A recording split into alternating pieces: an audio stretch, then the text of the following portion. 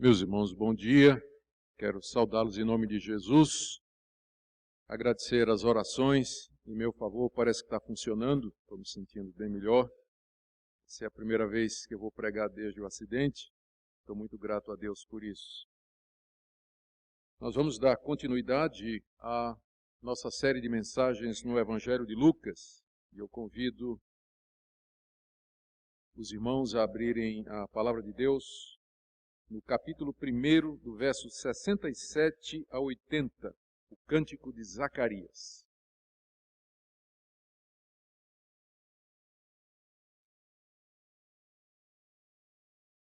Ouçamos a leitura. Lucas 1, 67 a 80. Zacarias, seu pai, cheio do Espírito Santo, profetizou, dizendo: Bendito seja o Senhor Deus de Israel, porque visitou e redimiu o seu povo, e nos suscitou plena e poderosa salvação na casa de Davi, seu servo, como prometera desde a antiguidade por boca dos seus santos profetas, para nos libertar dos nossos inimigos e das mãos de todos os que nos odeiam, para usar de misericórdia com os nossos pais e lembrar-se da sua santa aliança e do juramento que fez a Abraão, nosso pai, de conceder-nos que, livres das mãos de inimigos, o adorássemos sem temor, em santidade e justiça perante ele todos os nossos dias. Tu, menino, serás chamado profeta do Altíssimo, porque precederás o Senhor, preparando-lhe os caminhos, para dar ao seu povo conhecimento da salvação no redimir dos seus pecados, graças à entranhável misericórdia de nosso Deus, pela qual nos visitará o sol nascente nas alturas, para iluminar os que jazem nas trevas e na sombra da morte, e dirigir os nossos pés pelo caminho da paz. O menino crescia e se fortalecia em espírito, e viveu nos desertos até ao dia em que havia de manifestar-se a Israel. Nós estamos aqui diante do Cântico de Zacarias, que tradicionalmente é conhecido como o Benedictus, porque na Vulgata Latina, a tradução do grego, feita nos primórdios do cristianismo, o canto começa exatamente com essa expressão em latim, né? Benedictus, ou bendito seja o Senhor Deus de Israel. Esse cântico de Zacarias, pai de João Batista, foi entoado quando do nascimento do seu filho, João. Vocês conhecem a história. O anjo havia aparecido a Zacarias quando ele ministrava no templo e disse que Deus tinha ouvido as suas orações e que lhe haveria de dar um filho. A situação era uma situação impossível. Zacarias era avançado em idade e a sua esposa era estéril. Mas eles oravam e Deus enviou um anjo, então, que da parte de Deus trouxe esta promessa de que ela haveria de dar à luz a um filho que seria o seu nome João Batista e que ele seria grande diante de Deus. O tempo passou-se, cumpriu-se o período para que ela desse à luz e então nasceu o menino. E os versículos anteriores narram as circunstâncias do nascimento dele. Havia muita alegria. E quando o menino fez 8 dias, era costume, em Israel, foram circuncidar o menino, queriam dar o nome do pai, que era Zacarias, e aí perguntaram a Zacarias, dizendo que não era, por acenos, não é porque ele estava mudo e provavelmente surdo, dizendo que o nome dele não era esse, e finalmente conseguiu escrever numa tabuinha dizendo que João era o nome dele, que foi o nome que o anjo havia dito. E na mesma hora a boca de Zacarias se abriu e desimpediu a sua língua, e ele falava louvando a Deus. E esse louvor que Zacarias então entoa a Deus, quando ele volta a falar, volta a ouvir, ele tinha ficado surdo e mudo porque não acreditara na promessa, na palavra de Deus através do anjo, mas agora, libertado disso, ele louva a Deus, e esse louvor está aqui registrado no trecho que nós lemos, no Benedictus, versos 67 a 80. O que eu queria chamar a sua atenção para esse cântico, que é riquíssimo, é para um aspecto dele que eu creio que é importante darmos um tratamento diferenciado. É que está dito que isso aqui é uma profecia. Olha o verso 67. Zacarias, seu pai, cheio do Espírito Santo, profetizou, dizendo. E aí vem o cântico. Então, de acordo com Lucas, esse cântico, esse Benedictus, esse canto de louvor a Deus, é uma profecia, o que nos faz questionar, então, a natureza da profecia e se ela existe hoje. É o tema do que eu gostaria de tratar, porque você encontra aqui um sacerdote, ele não era profeta, ele era sacerdote, profetizando. E quando você vai examinar a profecia, tem só um versículo que fala do futuro. E o mais é uma bênção, a Deus, é uma glorificação de Deus, é uma interpretação das circunstâncias, é uma aplicação. Por isso é importante que nós procuremos entender por que que Lucas diz que isso aqui foi uma profecia. Eu creio que o assunto é importante porque sempre essa questão de profecia provoca polêmica e discussão entre os cristãos. Há diversos entendimentos diferentes sobre o que é profecia, ou o que era profecia, e especialmente a questão se hoje tem profetas e se há profecias no dia de hoje. Eu creio que o Benedictus aqui poderá nos ajudar a compreender um pouco da natureza da profecia bíblica e responder à pergunta se é possível que nós tenhamos profecia aqui nos nossos dias. Eu gostaria de destacar 3 coisas sobre profecia a partir do texto e depois entrar na questão se nós temos profecia hoje. A primeira é o que é profetizar. E o verso 67 nos ajuda. Zacarias, seu pai, cheio do Espírito Santo, profetizou. Há uma relação, portanto, entre profetizar e estar cheio do Espírito Santo. No geral, nós podemos dizer que a profecia é uma fala inspirada. É alguém que fala da parte de Deus, debaixo da orientação de Deus, na autoridade de Deus, no poder do Espírito Santo, trazendo da parte do Altíssimo uma palavra para o seu povo. E é preciso, ao dizer isso, explicar que, pelo que nós lemos no Antigo Testamento e no Novo, quando alguém era tomado pelo Espírito Santo e profetizava, isso não significava que aquela pessoa ela entrava numa espécie de transe estático, em que ela quase que perdia os sentidos, e a sua boca era simplesmente um canal por onde Deus falava diretamente, sem qualquer participação do profeta. Isso não é bem assim. Há ocasiões no Antigo Testamento em que o Espírito de Deus veio sobre algumas pessoas, como por exemplo o rei Saul, que não era profeta e nós não temos nem certeza se de fato ele era convertido, e diz lá que Saul profetizou.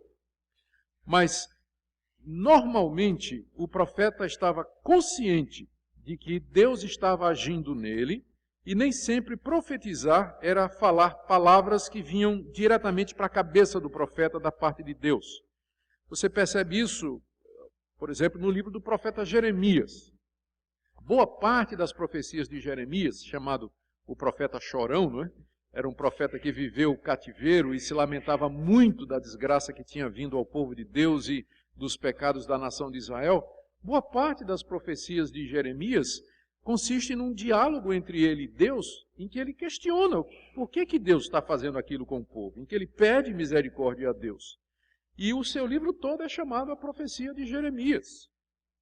Então, o profeta estava engajado, ele estava consciente de que Deus estava agindo, que Deus estava falando através dele. Os profetas de outrora, no Antigo Testamento, quando eles profetizavam, eles eram diferentes, por exemplo, dos oráculos das religiões pagãs. Na Grécia havia o famoso oráculo de Delfo. Era uma pitonisa, era uma mulher que se intitulava profetisa do deus Apolo, que era o mensageiro, o deus mensageiro, e o que acontecia é que o adorador do deus Apolo procurava aquela profetisa para saber a vontade do deus Apolo para a sua vida, e a mulher entrava em transe, né? Entrava em transe, saía de si, alguma coisa se apoderava dela, e a gente sabe o que era, né? E então ela falava e dizia um monte de coisas para aquela pessoa. Os profetas de Israel não eram assim. Eles não entravam em transe, possuídos por uma entidade qualquer. Mas eles permaneciam nos seus sentidos. Deus, é isso que é interessante a respeito da Bíblia e da profecia. Deus preservava o conhecimento, a identidade, as características do profeta e não anulava a sua humanidade, mas falava através deles, usando-os, não mecanicamente, mas como nós chamamos, organicamente, integrando a personalidade do profeta, o conhecimento do profeta, o estilo do profeta. A prova disso é que se você comparar, por exemplo, o estilo do profeta Amós com o estilo do profeta Isaías, com o estilo do profeta Jeremias, o estilo do profeta Daniel, você vai ver que são completamente diferentes. Era o mesmo Deus falando, mas o estilo, a forma é diferente, porque Deus respeitava a personalidade do profeta. Mas o ponto aqui é que, quer seja Jeremias, quer seja Isaías, quer seja Ezequiel, o profeta era alguém que falava debaixo da inspiração de Deus. Era uma fala inspirada, era uma fala divina. O profeta é o porta-voz de Deus.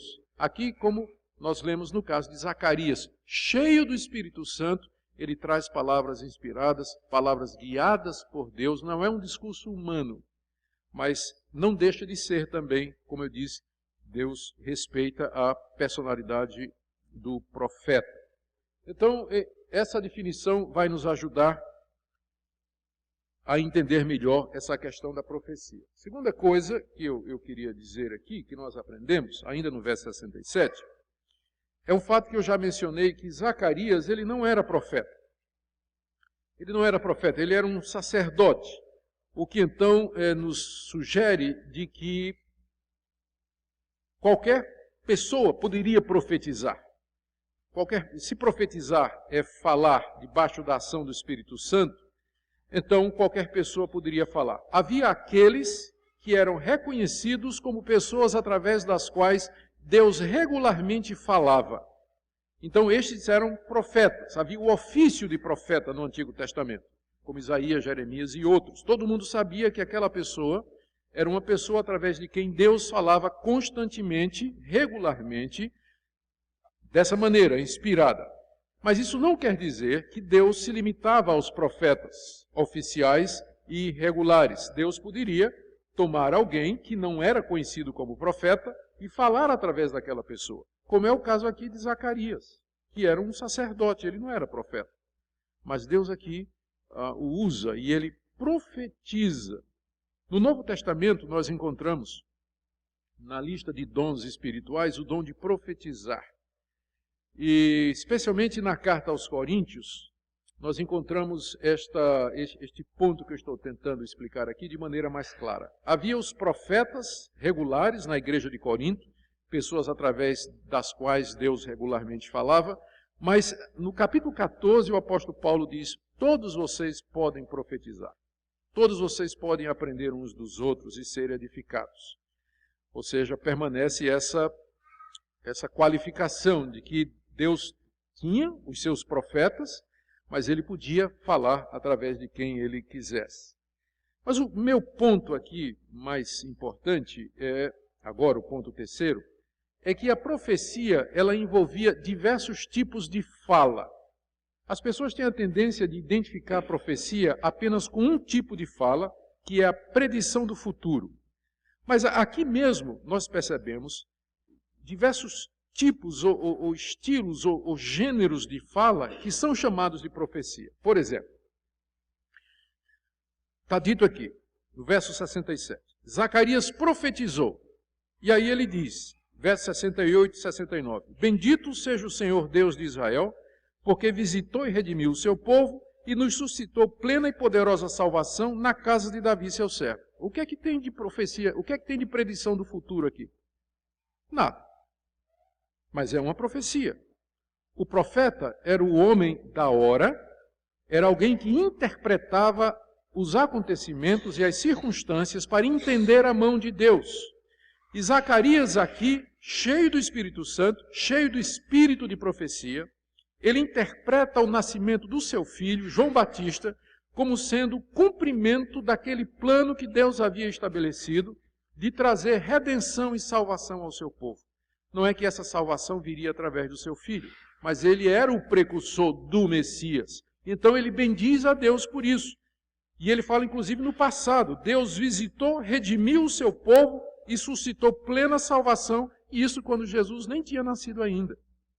Mas o profeta estava tão certo daquilo que Deus ia fazer, que ele falava destas coisas no tempo passado, como se já tivesse acontecido. Mas aqui ele está interpretando as circunstâncias. O profeta era o homem de Deus para interpretar a história, os acontecimentos, discernir a mão de Deus no que estava vendo. Você percebe isso muito em Isaías, você percebe muito isso em Jeremias. Eles olhando o levantamento daquelas nações poderosas no Antigo Oriente, hostis que vinham em direção a Israel, eles interpretaram corretamente de que era Deus que estava levantando aquelas nações para punir o seu povo. O profeta Ágabo, no Novo Testamento, o que ele faz? Ele interpreta. As pessoas pensam em Ágabo apenas em termos de profecia predictiva, mas ele entende, ele sabe que Paulo está sendo procurado pelos judeus para matá-lo. Ele sabe que Jerusalém é o foco de resistência de Paulo. Então ele se aproxima de Paulo e diz: você vai ser preso e você vai ser amarrado em Jerusalém. O que não era tão difícil de perceber, porque era lá que havia aquela resistência tão grande ao cristianismo. Era lá a sede dos opositores. E Paulo era o principal pregador. Então, a profecia, ela incluía, primeiro, uma análise da situação e um entendimento dos fatos à luz da vontade de Deus. Não era só prever futuro, mas entender o presente. Mas não era só também entender o presente, era entender o passado, porque em seguida Zacarias faz uma interpretação do Antigo Testamento. Veja o que ele diz, verso 70, ó, como prometera desde a antiguidade por boca dos seus santos profetas. Onde é que Zacarias sabia que os profetas de Israel tinham prometido que Deus haveria de levantar na casa de Davi o Salvador? Resposta: no Antigo Testamento, nas Escrituras de Israel, no livro dos profetas, na lei de Moisés, nos Salmos. Toda aquela literatura que já estava disponível naqueles dias. Então, Zacarias não somente está interpretando o presente, Deus está cumprindo o que prometeu, mas ele também está interpretando o passado, ele está interpretando a Escritura, dizendo isso é o cumprimento daquilo que os profetas falaram. Até aqui nada de futuro ainda, né? Você está vendo que o profeta, que a profecia, ela era e é, o profeta é aquele que interpreta a vontade de Deus à luz dos acontecimentos e da revelação de Deus, da palavra de Deus. É um homem da hora, por isso que ele exorta, ele edifica, ele instrui, ele adverte. Aí do verso 71 até 75, ele interpreta os profetas, dizendo que eles haviam prometido, 71, que Deus haveria de libertar dos inimigos e das mãos de todos os que odeiam, para usar de misericórdia com os nossos pais e lembrar-se da sua santa aliança e do juramento que fez a Abraão, nosso pai. Como é que Zacarias sabia que Deus tinha feito uma aliança com Abraão, o pai da nação judaica, e que essa aliança consistia no uso de misericórdia em trazer da descendência de Abraão aquele que seria o Salvador do mundo? Resposta: no Pentateuco, nos 5 livros de Moisés, no livro de Gênesis. O que é que Zacarias está fazendo aqui? Interpretando a Escritura. E o que é isso? É profecia. Ele está profetizando. Ele está dizendo, é isso que a Bíblia significa. É isso o sentido da Escritura. É essa a mensagem de Deus. E é interessante que é um profeta explicando as palavras dos profetas, não é? Porque ele diz, isso aqui foi dito pelos antigos profetas. O profeta não é alguém autônomo, não é? Que fala de si mesmo coisas novas. Quase todas as profecias, tanto do Antigo quanto do Novo Testamento, elas constroem em cima de conhecimento anterior, de revelação anterior. Você toma, por exemplo, mais uma vez vou usar o profeta Isaías. O profeta Isaías adverte o povo, dizendo, se vocês não se converterem dos seus caminhos, Deus vai mandar juízo sobre vocês. Era uma coisa nova? Não. Isaías estava simplesmente aplicando o que Deus já tinha dito a Moisés, em Deuteronômio 28. A profecia de Isaías, ela se baseia na lei e nas consequências do pacto. A obediência traz a bênção e a desobediência traz a maldição. O profeta, vendo o povo de Israel desobedecer, ele entendeu as circunstâncias e deu a interpretação. Deus vai trazer o juízo. E aí ele anuncia a chegada do reino assírio e babilônico para destruir o povo da aliança que havia desobedecido. O profeta raramente trazia alguma coisa nova. Ele geralmente construía em cima de revelações anteriores e dava a aplicação e o sentido dos acontecimentos para a sua época. Verso 74 e 75, ele continua falando da promessa que Deus havia feito nas Escrituras, de conceder que, livre das mãos de inimigos, o adorássemos sem temor, em santidade e justiça perante Ele, todos os nossos dias. O que é que o profeta fazia? O que é que Zacarias está fazendo como profeta? Primeiro, ele está interpretando as circunstâncias. O nascimento do filho dele significa o início do cumprimento da salvação que Deus havia prometido. Segunda coisa que Zacarias está fazendo, ele está interpretando o Antigo Testamento. Ele está falando aqui dos profetas, ele está falando de Abraão, portanto está se referindo à lei. Mas aí vem também predição do futuro. Verso 76, ele se volta agora para o menino e diz: Tu, menino, serás chamado profeta do Altíssimo, porque precederás o Senhor preparando-lhe os caminhos. Agora ele traz uma palavra a respeito do futuro daquela criança, dizendo que aquele menino seria um profeta do Altíssimo, um profeta do Deus Todo-Poderoso. E qual seria a tarefa desse profeta? Preceder o Senhor, preparando-lhe o caminho. Não é interessante isso aqui? João Batista nunca fez uma única predição. Ele nunca anunciou o futuro de ninguém, nunca adivinhou o que estava acontecendo na vida de ninguém. Se ele fez isso, não está escrito. Mas ele é profeta.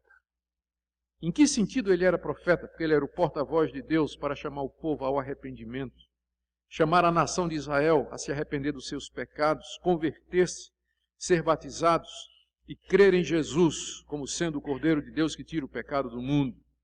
Você percebe que esse que é considerado o último profeta, João Batista, ele não produziu, ele não anunciou nada futuro. Mas ele era profeta porque o profeta é aquele que traz a palavra de Deus. Pode ser profecia predictiva, mas a predição é uma parte pequena do trabalho do profeta. É um componente pequeno daquilo que constitui a profecia bíblica. Prova disso é que João Batista também é chamado de profeta e ele nunca predisse o futuro de ninguém. Mas era um homem que chamava a exortação, ao arrependimento, à mudança de vida, pregava a palavra de Deus. Mas aqui no verso 76, Zacarias está falando do futuro dele. E note que mesmo assim, quando a Bíblia fala do futuro de indivíduos, sempre é relacionado com a história da redenção.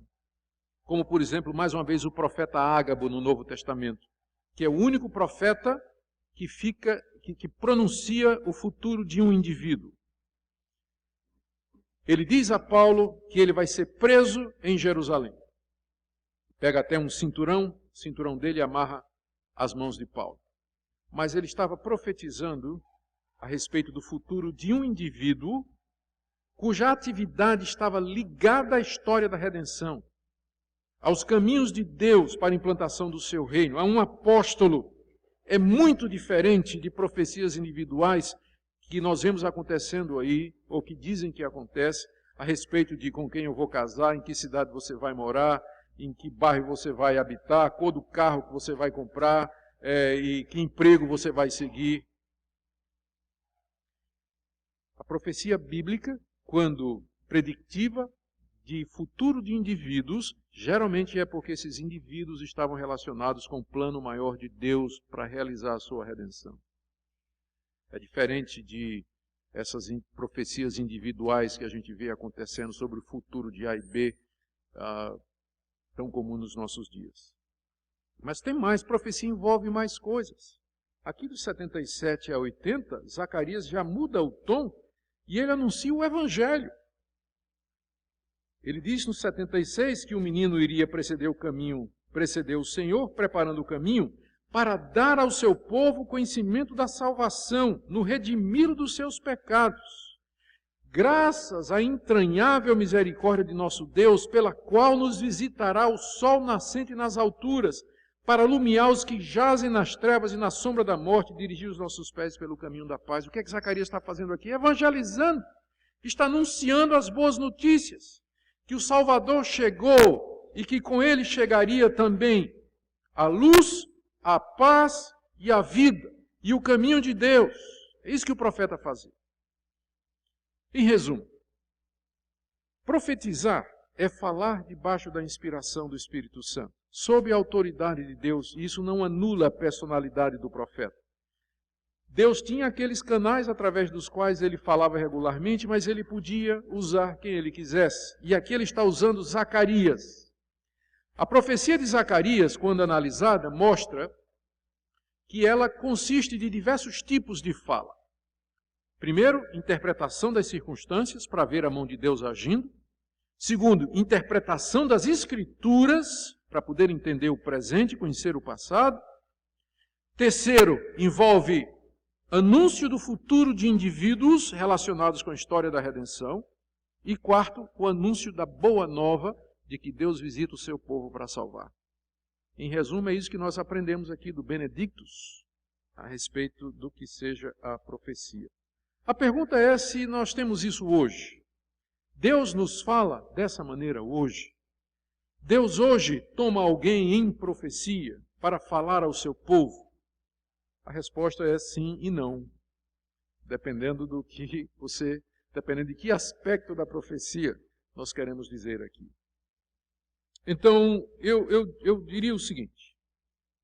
Primeiro, a profecia, como a revelação inerrante da vontade de Deus para a sua igreja, ela cessou com os profetas do Antigo Testamento e apóstolos do Novo Testamento. Veja que o próprio Zacarias, ele reconhece isso, quando aqui no verso 70, ele diz, como Deus prometeu desde a antiguidade, por boca dos seus santos profetas. Essa maneira de se referir aos antigos profetas de Israel dá a impressão que já na época de Zacarias, profetas como Isaías, Jeremias, Ezequiel, Daniel, eles eram considerados já como um grupo distinto, separado, exclusivo e fechado. Porque ele se refere aos santos profetas de Israel. Na antiguidade, ou seja, não tinha na história recente nenhum profeta ao qual Zacarias poderia se referir, mas ele se refere aos profetas da antiguidade. Por quê? Porque o último profeta foi Malaquias. Já fazia 400 anos que não aparecia um profeta em Israel. Então, os profetas do Antigo Testamento são um grupo fechado. Não tem mais profetas como eles, como Isaías, como Jeremias, Oséias, Joel, Amós, Obadias, Jonas, Miqueias, Naum, Abacuque, Sofonias, Ageu, e aí a lista toda, vocês decoraram o nome deles todos, eu sei. Então, não tem mais. No Novo Testamento é interessante, quem substitui os profetas do Antigo Testamento não são os profetas do Novo, mas os apóstolos. Os apóstolos é que continuam o trabalho de ser o canal de Deus para falar de maneira inspirada ao seu povo. Quem é que nos dá o livro de Apocalipse, que é a visão do futuro da glória de Deus? Um apóstolo, o apóstolo João. Quem é que diz coisas a respeito da vinda de Cristo, de que quando ele vier os mortos vão ressuscitar e nós vamos nos unir com ele nos ares? Um apóstolo, o apóstolo Paulo. Quem é que fala que quando Cristo vier a terra vai ser destruída, vai ser consumida pelo fogo e Deus vai fazer tudo de novo? Um apóstolo, o apóstolo Pedro. Você não encontra no Novo Testamento nada que foi dito por um apóstolo do Novo Testamento. Não tem nada no Novo Testamento que é o resultado do trabalho de um profeta do Novo Testamento. Os profetas do Novo Testamento, ao contrário do Antigo, eles trabalhavam nas igrejas locais. Eles eram indivíduos que nas igrejas locais traziam a palavra de Deus para o povo, exortando, advertindo, ensinando, consolando, como Paulo diz em 1 Coríntios 14, verso 3, que é isso que o profeta faz. Ele fala ao povo, edificando, exortando, consolando e instruindo. Então, no sentido de a profecia como revelação infalível e inerrante de Deus, da sua vontade para o seu povo, cessou com os antigos profetas de Israel e os apóstolos do Novo Testamento. Nós não temos mais. E não precisamos, sabe por quê? Porque eu tenho a palavra de Isaías, eu tenho a palavra de Jeremias, eu tenho a palavra de Oséias, eu tenho a palavra de Abacuque, eu tenho a palavra de Paulo, eu tenho a palavra de Pedro, tenho a palavra de João. Eu não preciso de profeta moderno, eu não preciso de apóstolo moderno, porque os verdadeiros já nos deram a palavra de Deus que ficou escrita e registrada de maneira infalível. É por isso que Deus nos deu esse livro, porque aqui está a profecia em que você deve acreditar. Aqui está a palavra que você deve receber. E esse foi o grito da reforma, sola scriptura. A profecia está contida aqui. Aqui nós ouvimos o que os profetas nos dizem, o que os apóstolos nos dizem. Então, nesse sentido de revelação da parte de Deus inerrante, infalível, nós não temos mais profetas e apóstolos.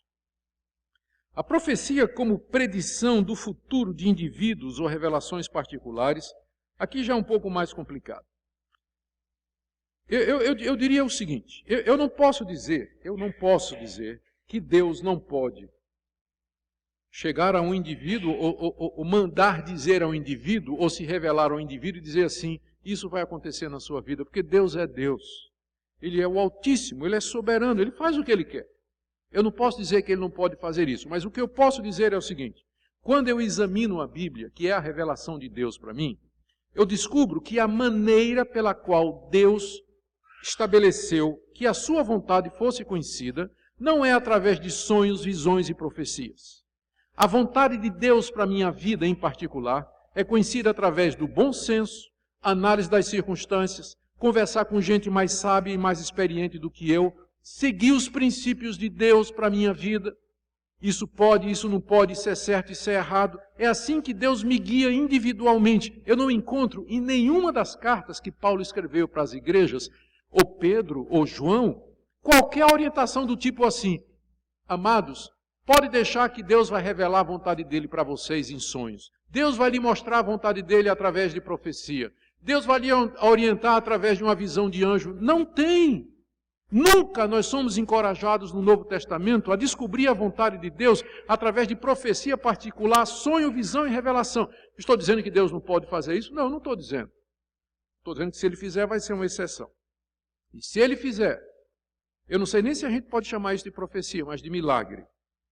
Billy Graham escreveu um livro sobre o Espírito Santo, muito antigo, eu li faz muitos anos, e eu me lembro que ele vai nessa mesma posição que eu estou aqui, mas ele conta um caso, e sempre vem os causos, né? Agora, né? Todo mundo sempre tem um caso, mas eu sou sobre uma história, tem uma pessoa tal, ele conta uma história de um naufrágio, onde havia muitos cristãos, de um navio numa região muito deserta, e alguns conseguiram se salvar e chegar numa ilha, estavam desesperados, ninguém sabia o que fazer, aliás, chegar na costa, né? Ninguém sabia onde estava direito, e não sabiam se entravam para dentro da terra, uma terra deserta, ou se ficavam esperando para ver se passava algum navio.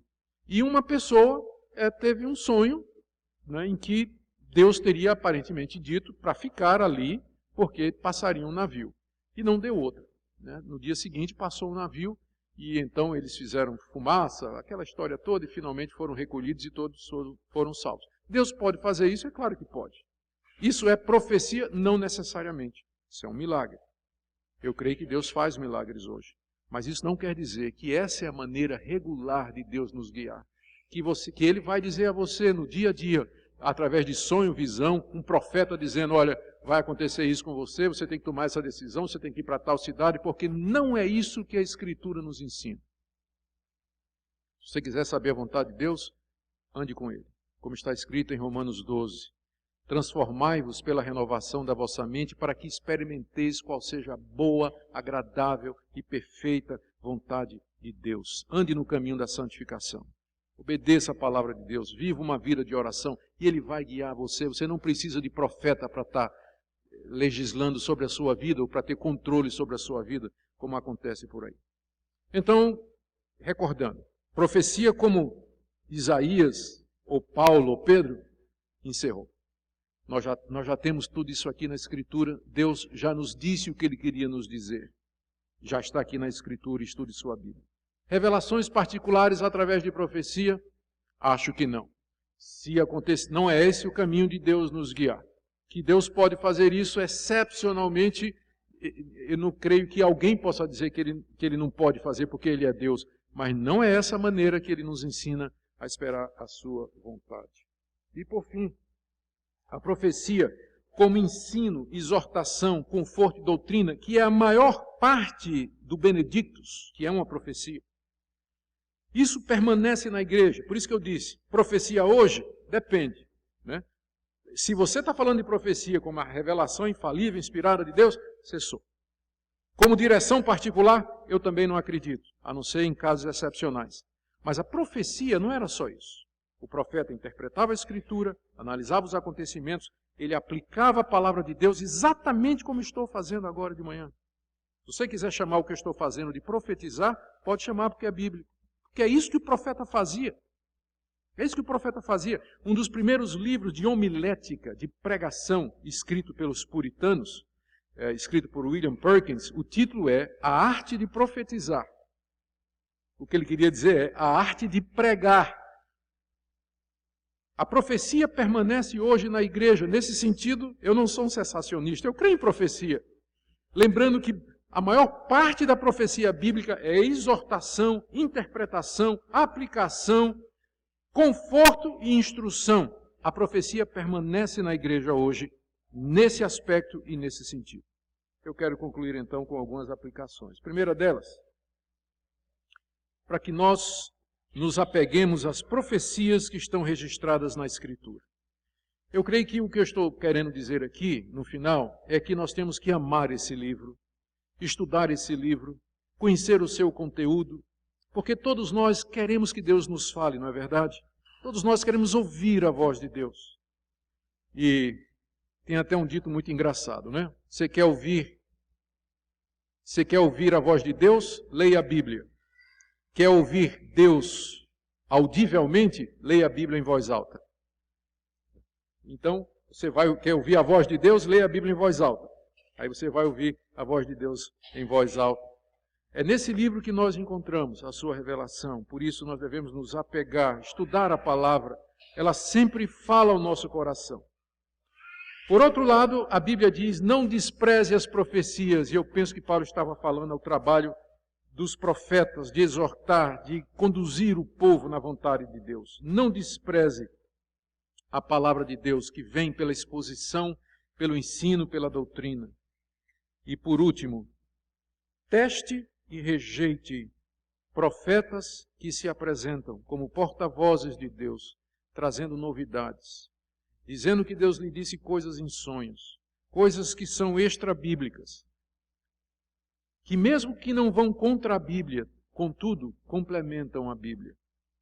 Acabam sendo uma fonte adicional de autoridade e minam a autoridade das Escrituras. Se você quer saber a vontade de Deus, ande com Ele. Lâmpada para os meus pés é a tua palavra e luz para o meu caminho, já dizia o salmista. Que nós vivamos por esta regra. Amém.